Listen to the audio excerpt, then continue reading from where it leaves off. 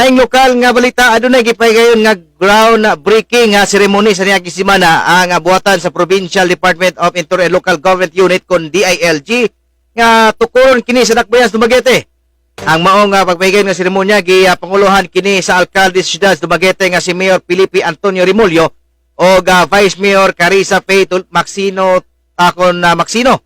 Ang DILG Regional Director Ricardo Trovilla usas mga mitambong o usap ang presensya ni Negros Oriental Governor Ruel Ragay Digamo. Matod usab ni Negros Oriental Governor Ruel Ragay Digamo nga naglaom siya nga mapadali ang paggama sa buhatan sa Provincial DILG aron makaserbisyo usab kini sa katawhan nga ikahatag sa ilahang serbisyo.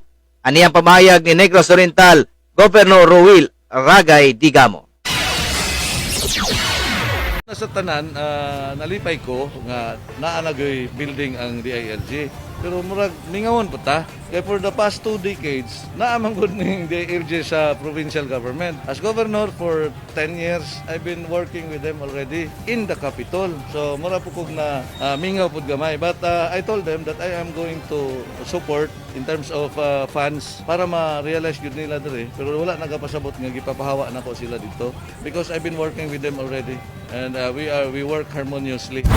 Kini ang Atraka Balita 943. Negros Oriental Governor Ruel Ragay Digamo katapusang lokal nga balita.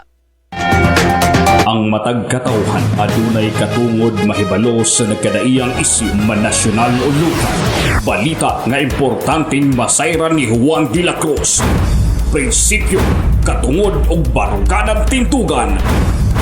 Kini ang Atraka Balita 943. Atraka Balita 943. Programa ngang tungong og tuyo mao ang pagpahibalo sa katawhan. Atraka Balita 943. Serbisyo publikong wala ipinili. Atraka Balita 943. Atraka Balita 943. Sa inyong mga radyo, Lunes hangtod Biyernes, alas 6:30 hangtod alas 8 sa buta diri lamang sa pinakapatas nga sibiyahan 94.3 City Light FM at Atraka Balita 943.